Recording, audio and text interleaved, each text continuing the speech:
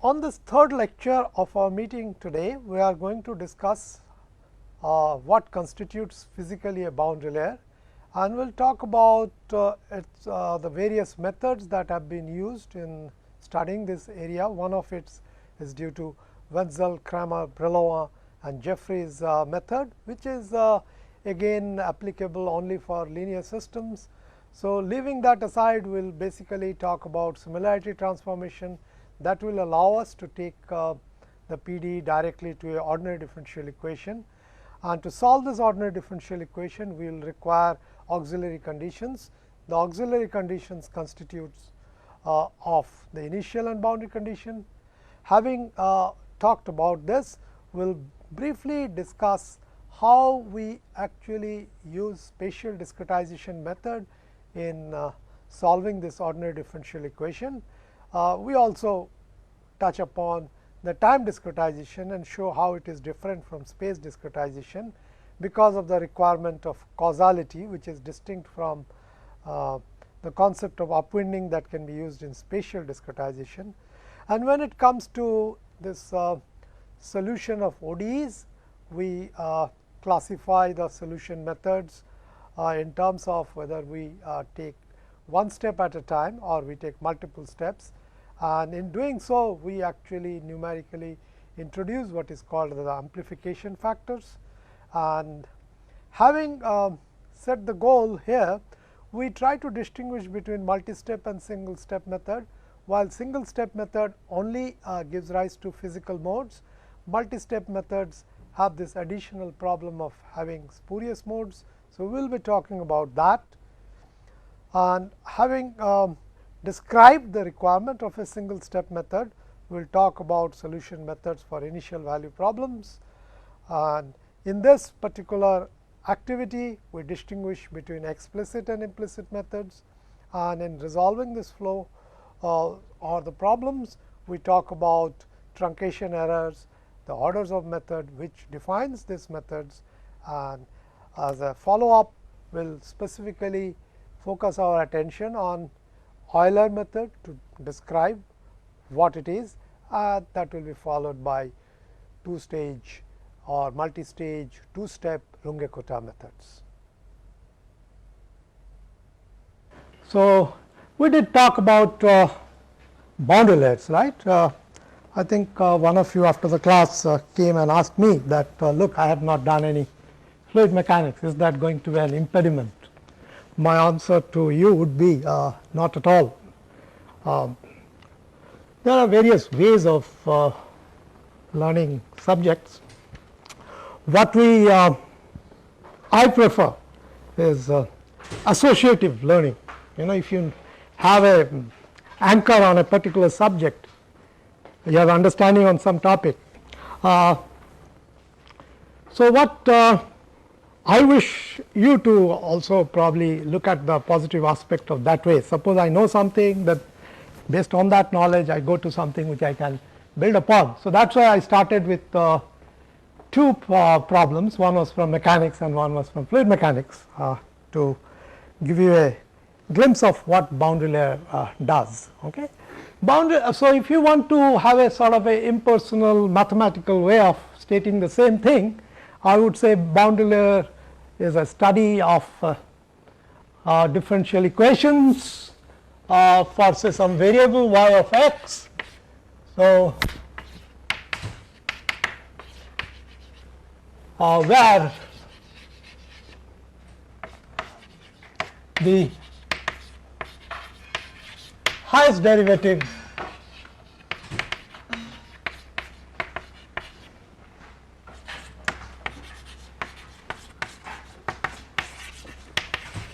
multiplied by a small parameter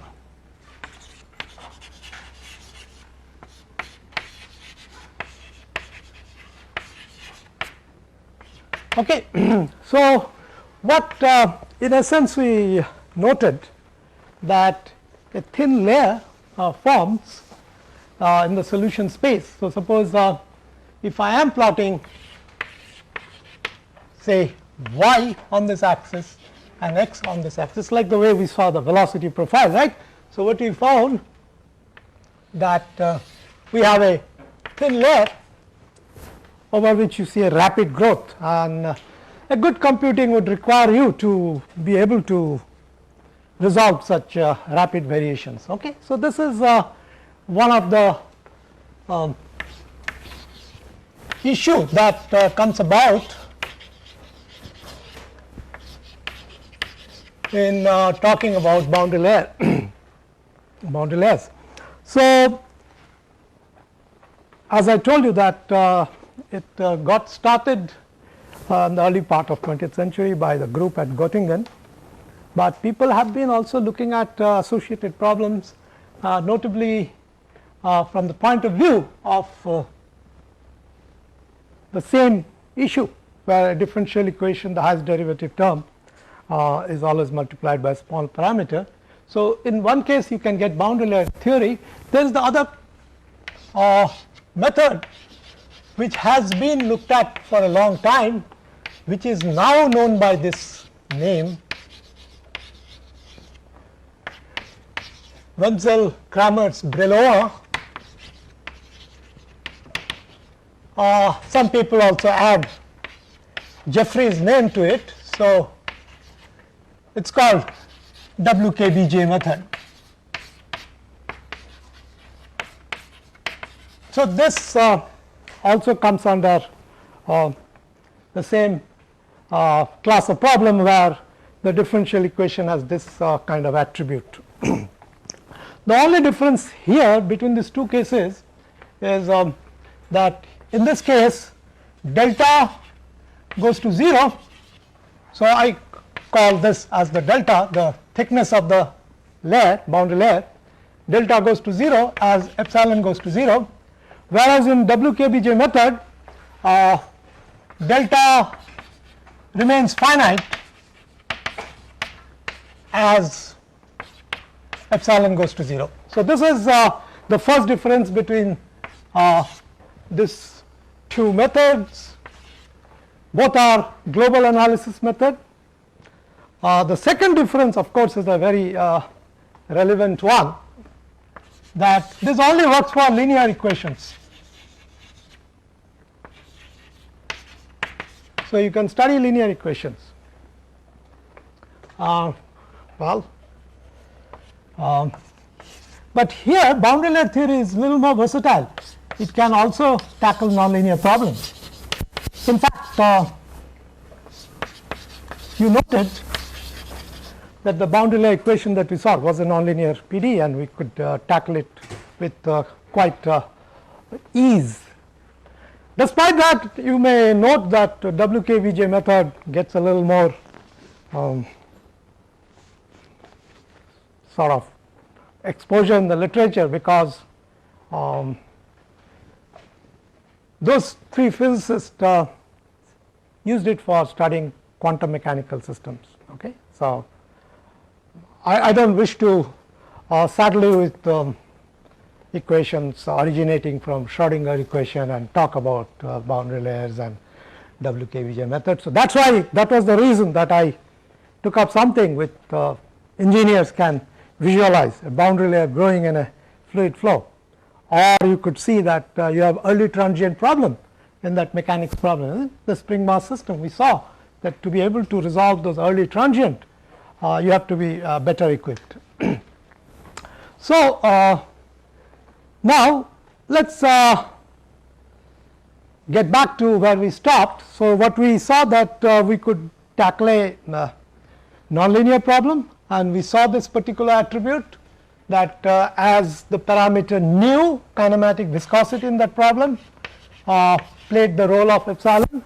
So, if nu becomes smaller and smaller, or what some of you would know, that corresponding non-dimensional parameter called the Reynolds number goes higher and higher, you get to see this boundary layer shrinking, the thickness shrinking. Now, what we saw that based on that observation, Prandtl and his group, including Blasius, they exploited the nature of the solution, and Blasius went one step ahead and introduced similarity transformation. And similarity transformation, as I pointed out to you, is a very versatile technique for converting PDs into ODs. So that is where we had landed up with this equation 16, right.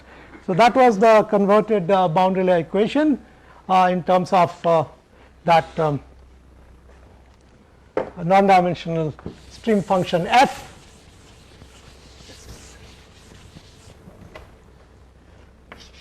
Psi was written down like nu u infinity x f of eta, and this is your governing equation that you had obtained f d2f d eta square plus 2 times the third derivative of f with respect to eta, that is equal to 0. So we started talking about auxiliary conditions. Auxiliary conditions refers to both initial conditions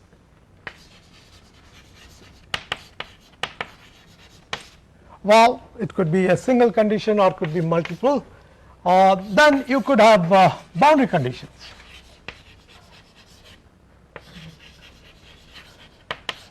Well, the appellation really tells you initial condition relates to time variation, right. We talk about a problem, what are the conditions at t equal to 0. That is why we relate it to the initial conditions.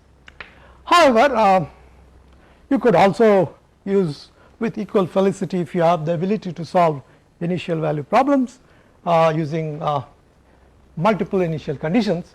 For example, this equation that we are noticing here has the order very clearly visible here. It is a third order equation. So, we will require 3 conditions, right. Those are the ones we are calling as auxiliary conditions. If the stream function is given by psi here, then of course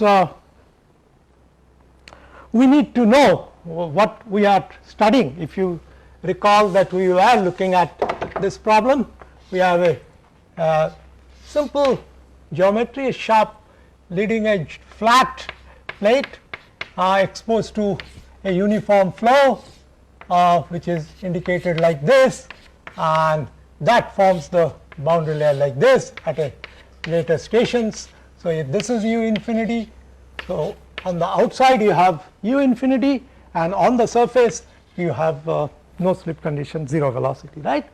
So, that is what you are noticing here, that u and v are the velocity components given here, and this velocity components, if I call this axis as y or eta and this as the x, the similarity solution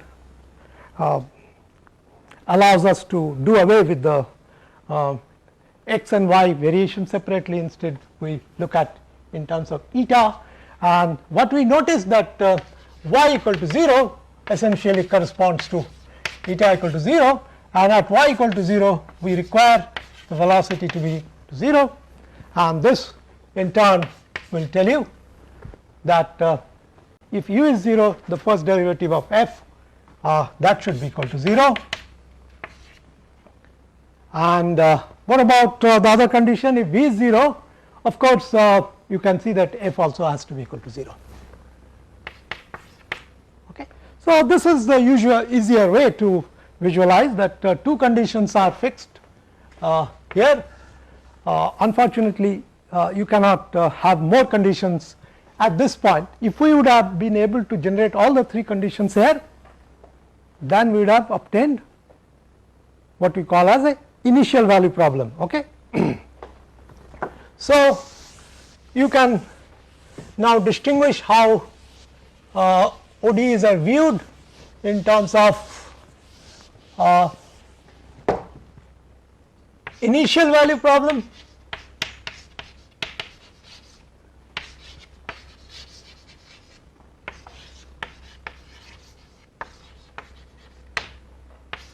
we will call them as IVP, and we have complementary to it what we will call as boundary value problem.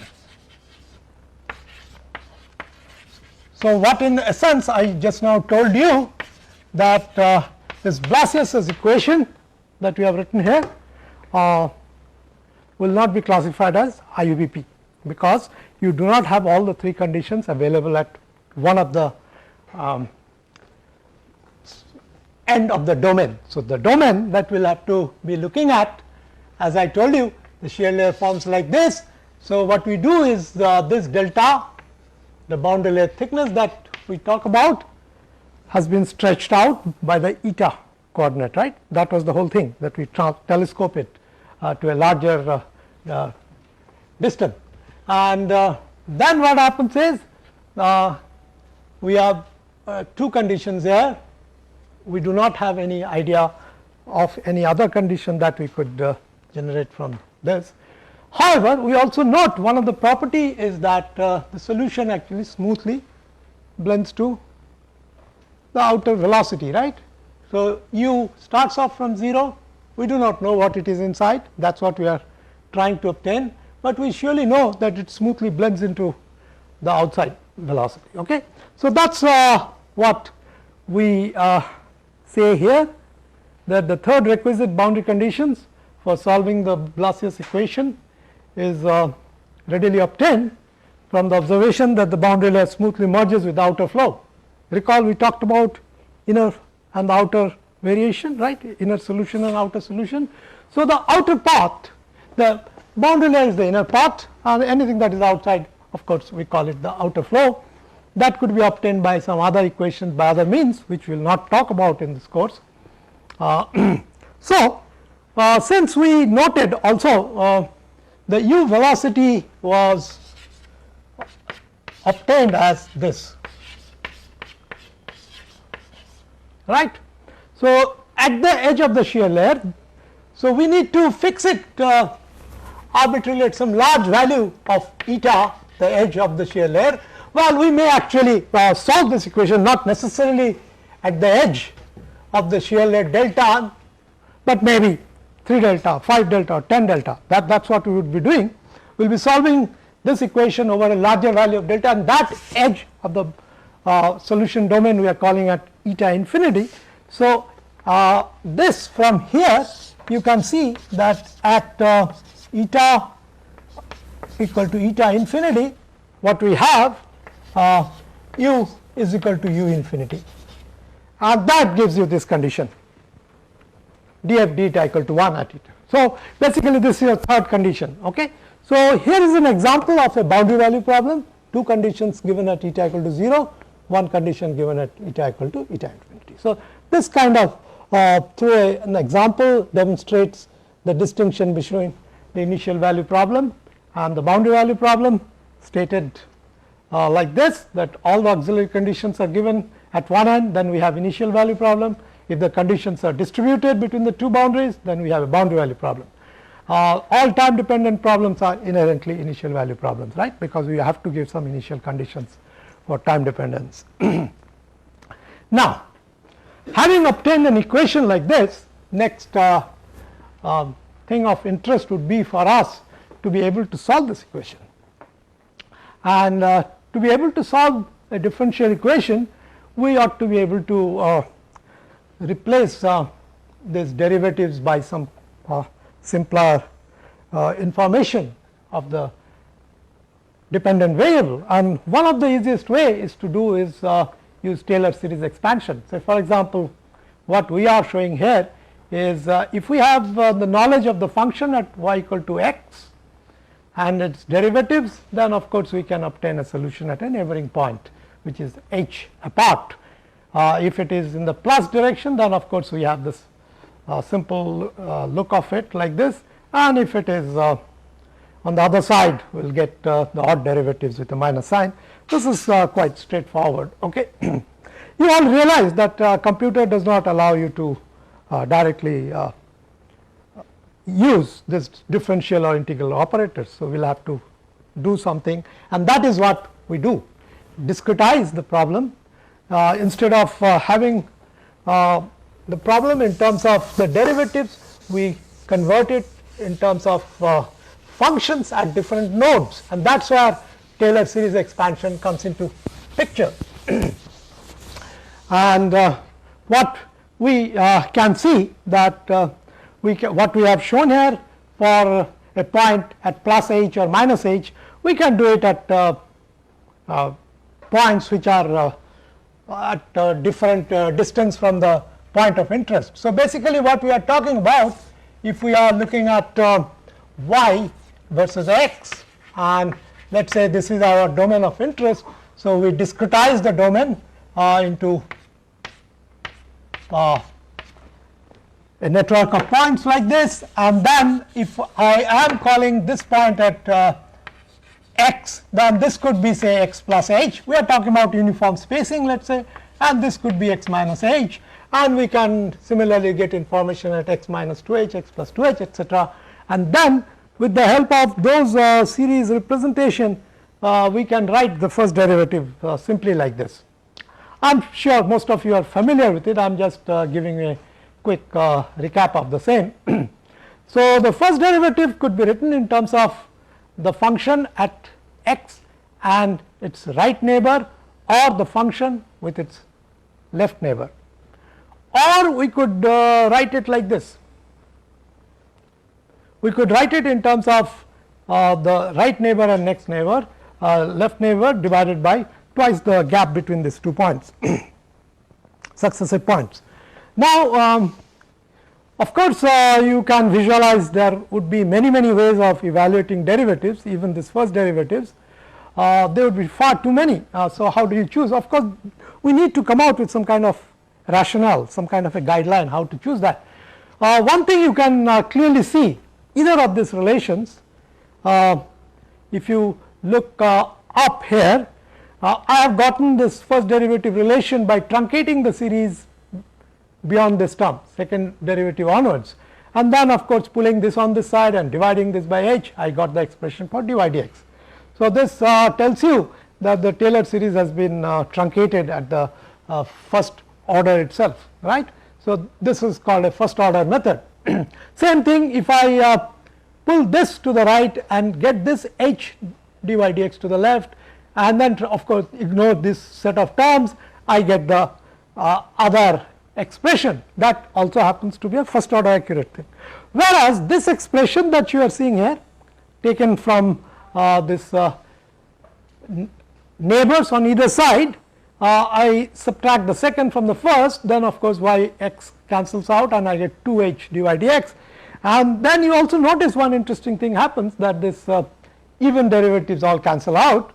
So, in the process what you get is this expression in which you have been able to raise your order of approximation from first to second order, right. So, it is quite obvious that if you get a higher order representation, you have a higher accuracy. This is a legitimate expectations. Okay. So, that could be one of the rationale, but let me also tell you, people have overplayed this obsession with order. We will see that there are better ways of characterizing various operations, and we will learn as we go along. So, that was about spatial derivative discretization. When we have time derivatives, then we have to think afresh. The reason is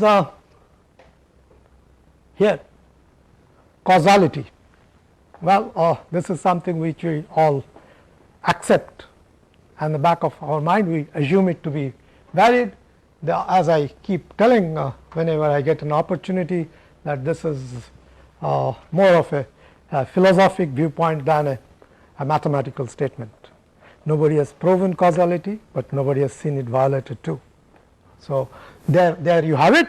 So, it basically tells you that if you are trying to look at events at t at an advanced level, which we give by index n plus 1 from the knowledge of the system, from the values that we have up to Tn, that would be legitimate, but we should not be hoping that somehow future can influence present.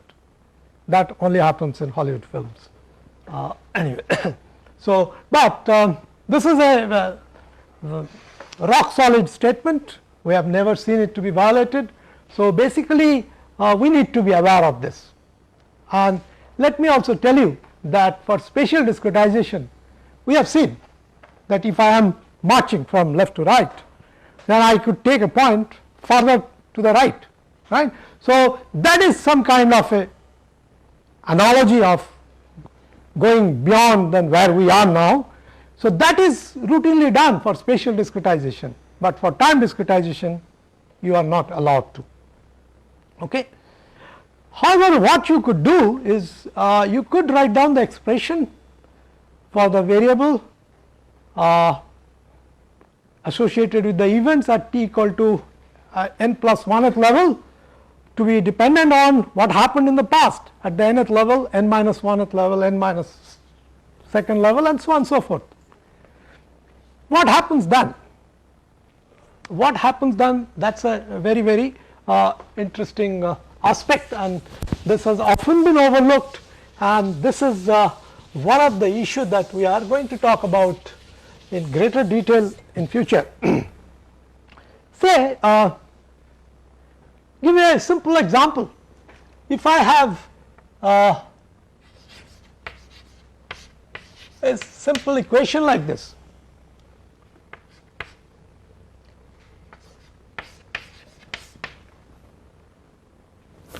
with a first order derivative, time derivative written here. So, what we could do is we could approximate this first derivative on the left hand side by its approximation at n plus 1th level, and as I told you, I could do it in the most simplest possible way would be to relate it to the events that had occurred at just the immediate predecessor time. If I do that, then I could define an amplification factor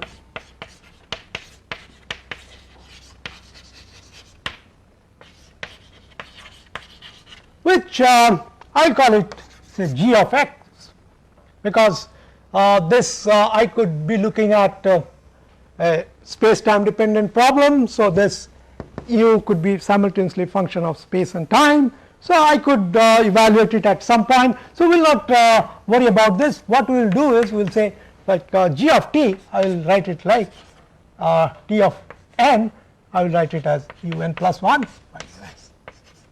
So, how much the function has gained over one time step, that is the measure of this amplification factor.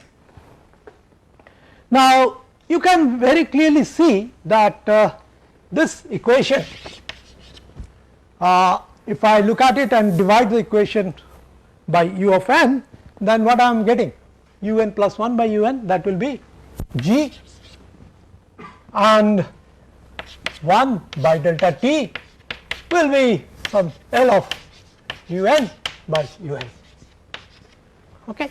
So, what I find that for a first order equation like this, du dt equal to L u, g happens to be 1 plus delta t by u of n, L of u n. Okay. That is what I get. Now, for a moment, think of if we would have done it slightly differently. So, we do not do this. Instead, let us do it like this: u n plus 1 minus u n minus 1 by 2 delta t. Remember that the central difference formula that we just now seen in terms of for the spatial operator, we can do the same thing, and this does not violate causality, because we are drawing information from n minus 1 and we are going from n to n plus 1. So, this is legitimate, there is not any problem. Now, what happens? If I go through the same exercise, divide this equation on both sides by u of n, then what am I going to get? Okay, help me. So, what I am going to get is u n plus 1 by u n will be g. So, I will get g, then I have u n minus 1 by u n, that is 1 upon g. So, what happens?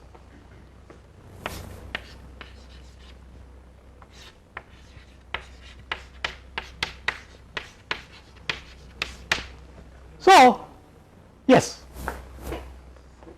tell me. The two won't be the same G.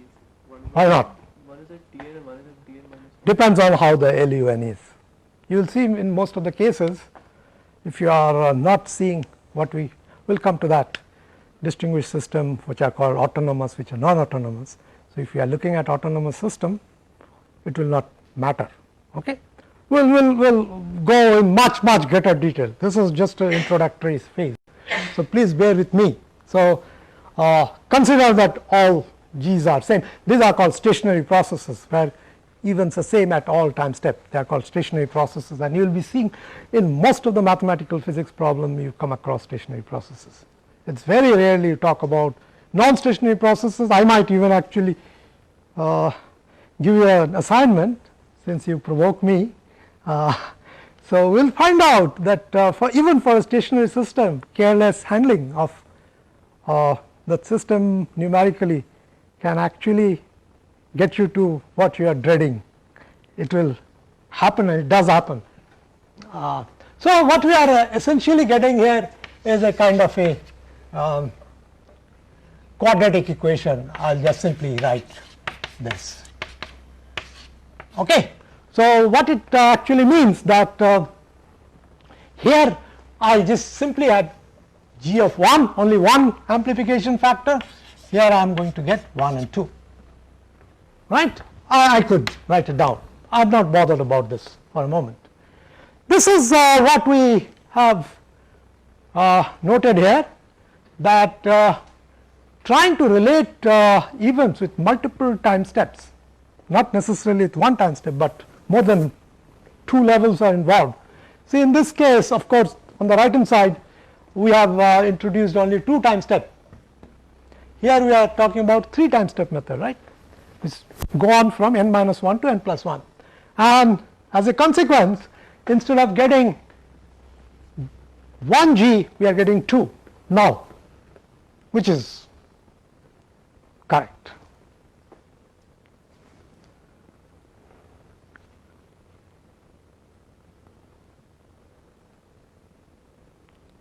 Should we have 1 or should we have 2? Suppose I would have gone on for, instead of 3 time level, if I would have incorporated 4 time level, I would have a cubic for G now. So, I would end up with 3 values of G. So, there, yes. Sir, I could not see that we are looking at discretization in terms of the time. So, because un minus 1 and un plus 1, these are the discretization in terms of the space. No, it is not space, it is time. We are talking about time. That is a time derivative, du dt. So, I have not written a, for a moment, forget about space. Let us say this is an ODE, okay, and time is the independent variable, and n is the time index. So, I posed a question to you that more than 2 time level methods gives rise to multiple values of G, and this seems to be somewhat dependent upon what is the number of levels that we invoke. So, can someone tell me, I mean, what is the correct thing? I have already written it down, you have read it. All that I am saying that this 2 time level method is the correct one, the real one. Why? Because whatever you are doing, your differential equations are the limit processes, delta t going to 0. So, you should involve it as a kind of a local or instantaneous representation of the derivative. More diffused your information is, you start involving more time step from farther and farther backward. That is the artifice of your numerical method. That cannot be physics. So, that is why this one G1, I will call it as the physical mode.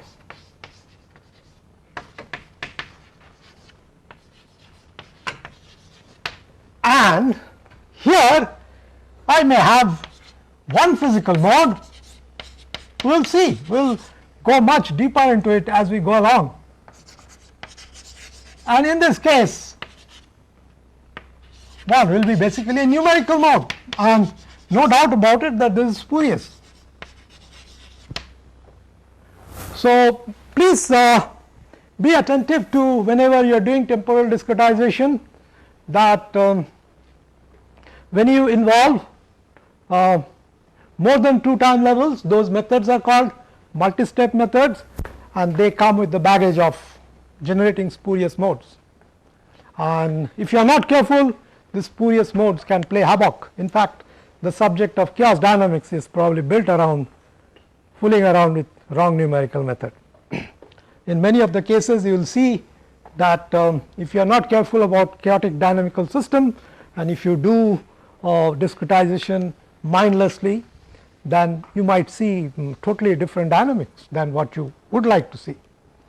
Whereas, whenever you use only 2 time level methods, we will call them as single step methods. Okay? Let us keep this in mind, and then we will go along, and let us get to a very simple task of solving initial value problems, right.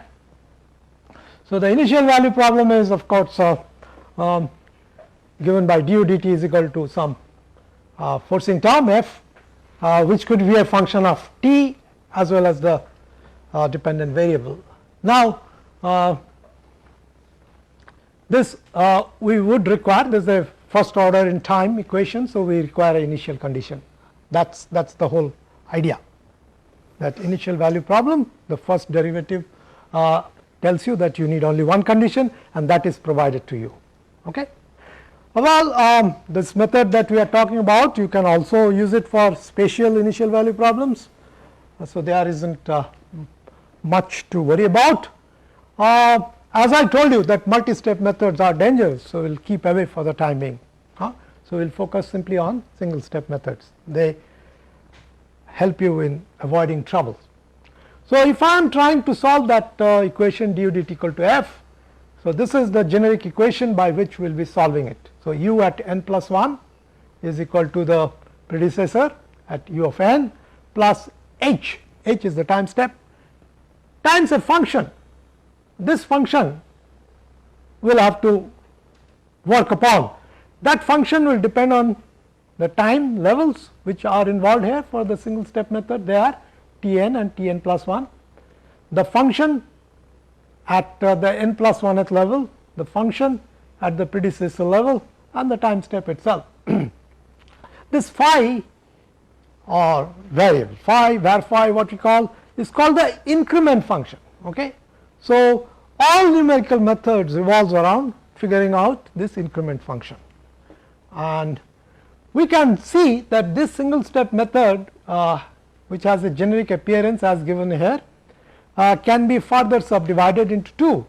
If the right hand side is independent of u n plus 1, that means we have a what we call as a explicit method, because you can explicitly calculate the right hand side and then you can march from u n to u n plus 1.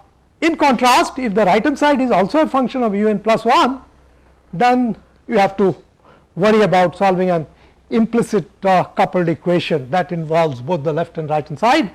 What happens is explicit methods are simple to execute computationally, implicit methods are difficult. So, why should we bargain for difficulty? The reason is the explicit method comes with severe restrictions, whereas implicit method allows you to circumvent these restrictions. For example, one of the restriction for explicit method is the time step h, you have to take very small, we will see, whereas implicit method would allow you to take much larger time step, and when we are talking about much larger means we are talking of order of magnitude improvement. Okay. So, that is the kind of a payback that you can have, that should give you enough incentive to really probe into implicit methods. However, let us keep our attention focused to explicit time integration methods, because we are also going to show as we go along that while numerical restrictions are released for implicit method, when it comes to the genuine accuracy of the solution, explicit methods are better. So, you pay for it by large number of time steps, but you get better quality results. So, that is why I would tell you about explicit method first, later on we will go to implicit methods. So, this is the way that we write numerically. So, if I represent the exact value with the time indicated inside the bracket with indices like u Tn and Tn plus 1. So, this is a representation of the exact value of u. So, what we have written that we could evaluate that at Tn plus 1 in terms of Tn, and then with this increment function, and of course, we have in the process left some terms behind, which we will be calling them calling as the truncation error. So, truncation error is nothing but pulling all this first two term on the left hand side, that is your Tn. What happens is we talked about order of the method when we are talking about spatial derivative, right. We saw first order method, we saw a second order method.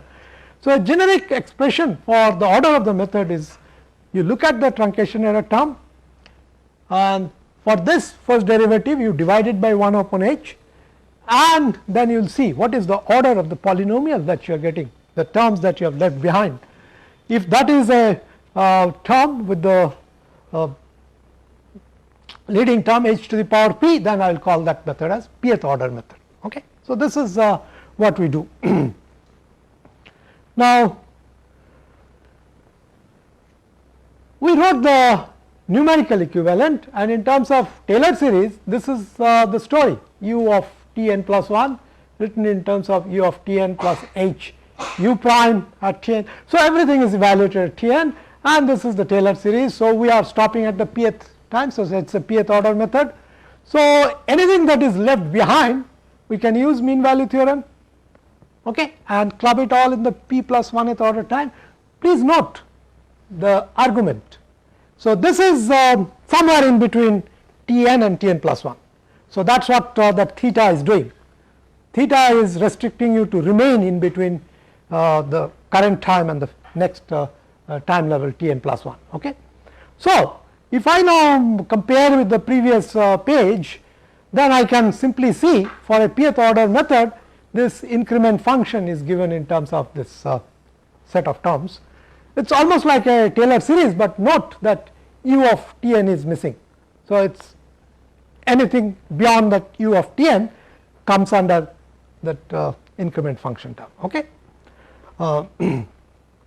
So, we have now an estimate. We have now an estimate for writing the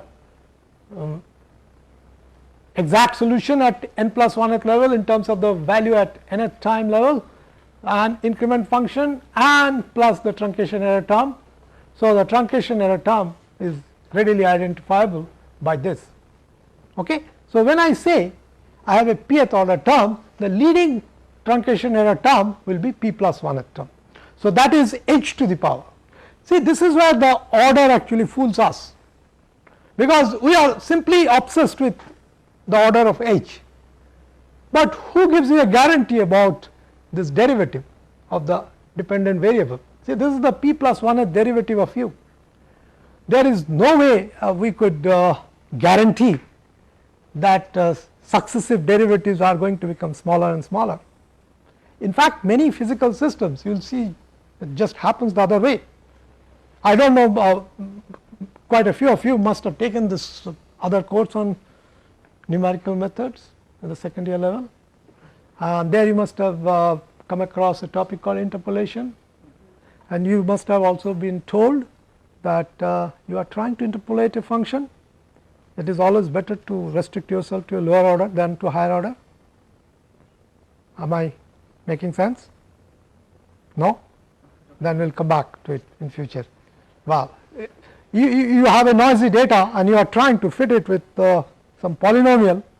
It is always better to stay as low an order system as possible, because any small difference between the physical state and the measurement actually amplifies more if you try to fit it with the higher order polynomial.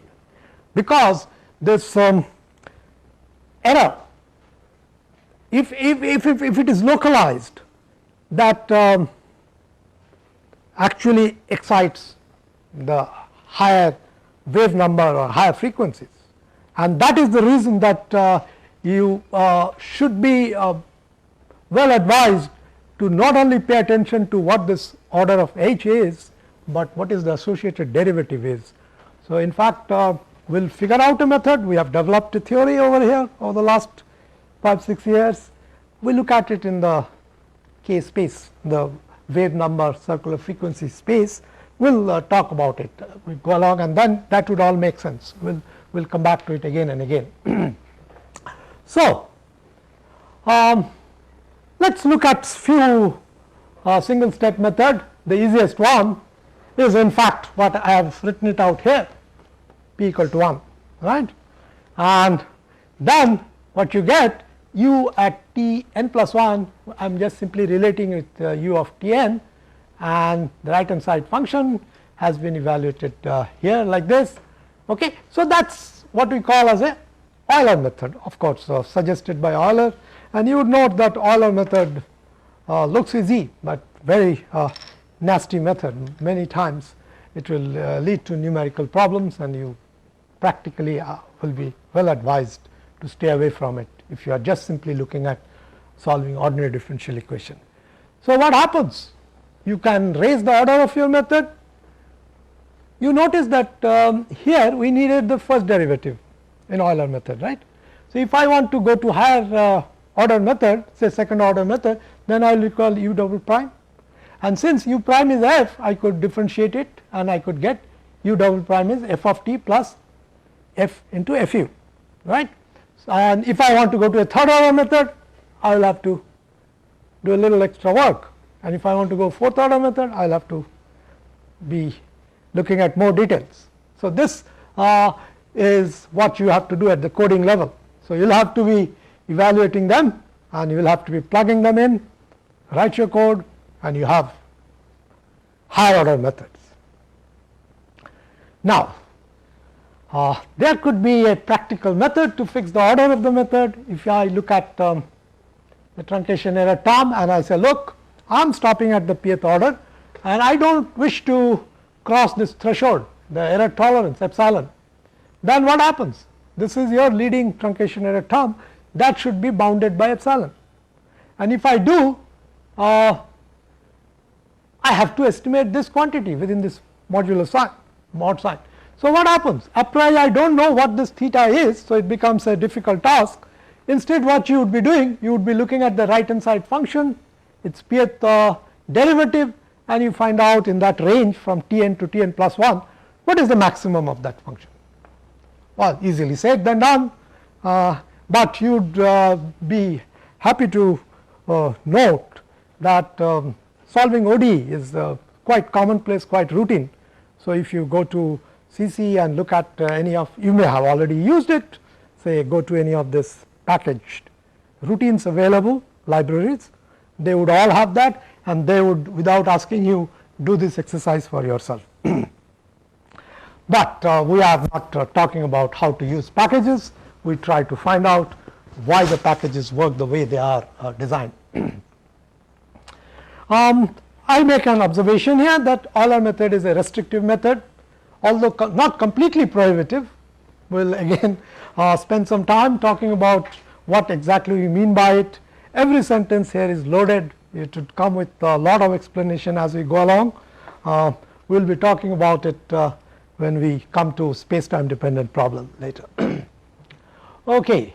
Now, so we noted our restriction that we would not like to go beyond single step method, but then we find that the rudimentary method, the Euler method, is difficult to handle.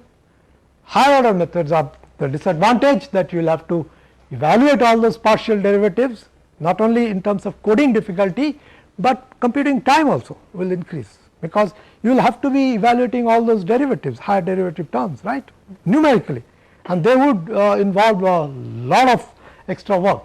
So, what happens is these two mathematicians, Runge and Kutta, they developed simultaneously what is called as single step method, but within that single step you break the domain further into smaller stages. So, that is where the word multi-stage comes in here. So, we are talking about single step, but within that single step we will be stopping by at various stations and different stages. Okay. So, this was a very brilliant way of conceiving how we can address this issue of accuracy and not bringing in spurious modes. You can see that, right. We are still keeping ourselves rooted to single step method, but by adopting multi-staging we should be able to improve the accuracy. That is the whole idea about this method. Okay. So, if I am trying to evaluate this equation advance by one time step, so this is what we do, applying mean value theorem we write the expression like this. So, this f I need to know at some intermediate state which I identify with theta, and there are various possibilities of choosing the value of theta, and after having chosen the value of theta I could also evaluate this quantity f by multiple options, and that is where you have the whole basket of different methods. So, it is not that you would be talking about a unique method here, you would have all kinds of freedom to look around, shop around. For example, we have already seen that if we choose theta equal to 0, that is your Euler method, right. So, basically what we have done, let us try to look at the solution and try to see what we are aiming even actually. Let us say I am plotting here u versus t, and I have a solution at t n, and I am trying to go to t n plus 1, and this is say the exact solution is. So, what we did, if you can see here, this increment function that we have evaluated, it is nothing but the slope of the curve, is not it, and where have we evaluated the slope? At the starting gate, right. At this point if I draw a slope, Euler method basically gives me the solution here, and that is where we have so much of problem, so much of error. If the function is rapidly varying and the slope is not truly representative of what the function is doing in the single time step, you will always end up with a distant point from the exact solution, and that is one of the issue.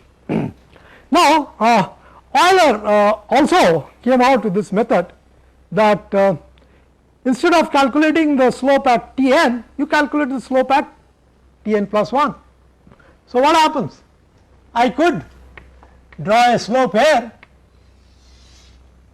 So, I will start from here. So, what I am doing is I am drawing a parallel to this line, which is the basically the tangent here.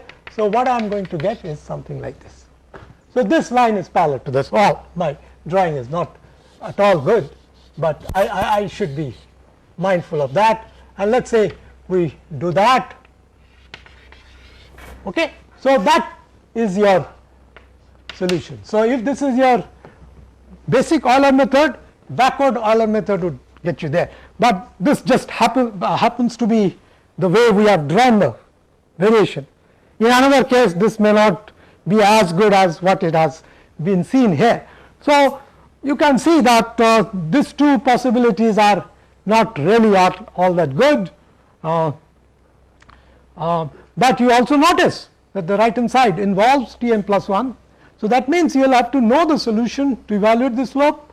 So, if the function descriptor is tough, then you will have a tough implicit method at hand, right, because u n plus 1 is involved on both sides, right. Okay. So, the other possibility is suppose a priori we fix the mid stage at halfway. So, I choose theta equal to half, then you evaluated at T n plus 1 would be obtained like this. Now, you notice that this is not a node.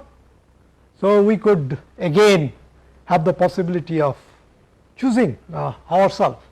For example, for this we can look at the following sub case. If this is evaluated by the Euler method, that means what I am saying is I have to work out what this u at T n plus h by 2 is. So, what I would do, I will evaluate it as u of T n plus h by 2 into f prime, f evaluated at T n. Then what happens is wherever I have this function, I will write down as u of T n plus h by 2 f of T n. So, in a algorithmic sense, what I would do, I would first evaluate k 1, k 1 is nothing but h times f evaluated at T n. Then I will having obtained that k 1, I will evaluate the right hand side with the help of the knowledge that the mid station, the solution is obtained as u of T n plus h by 2 k 1, and once I have the k 2 evaluated in this fashion, I will just simply add that k 2 to the previous time level to get the new solution. So, this is a very simple demonstration of how a multi-stage method works if we decide to glean our information from midpoint of the stage. Now, we could also do various other things. For example, I could have suggested that look, this quantity that we have, we could wherever we need to have obtain this average, we will just take it as a half of what we have at T n and what we have at the end of the place. Okay. So, basically then this will be written in terms of f of T n plus this, and eventually plug that information in there, and there you have it, and then we will be evaluating k 1 in this case again the same way, but k 2 has been evaluated in this fashion. Okay. And the difference comes from the previous method is the final step. Final step here, I just simply take the average of k 1 and k 2. In the previous case, I just simply obtained it in terms of k 2, remember, u of T n plus k 2, but in this case what you are doing, you are taking an average of k 1 and k 2, right. So, that is a method attributed to Euler and Cauchy. So, call that as Euler-Cauchy method. Yes. But what is the sense you are doing this when you are using the averaging, because averaging leads to the second order accuracy?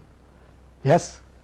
So, our starting point was a first order method, we are trying to get it better. So, second order method is a better method than first order method, that is the whole approach, right.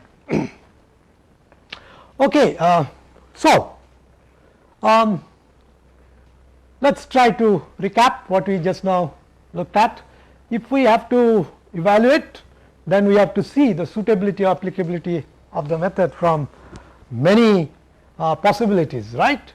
A natural way of course would be to develop some analysis tools with the help of some standard benchmark problems that really mimics the most physical processes involved in the differential equation. We hope to, we will of course, we will address these issues as we go along. Let us now look at solution methods as given by Runge and Kutta, and that is where we will begin from next Monday. Okay.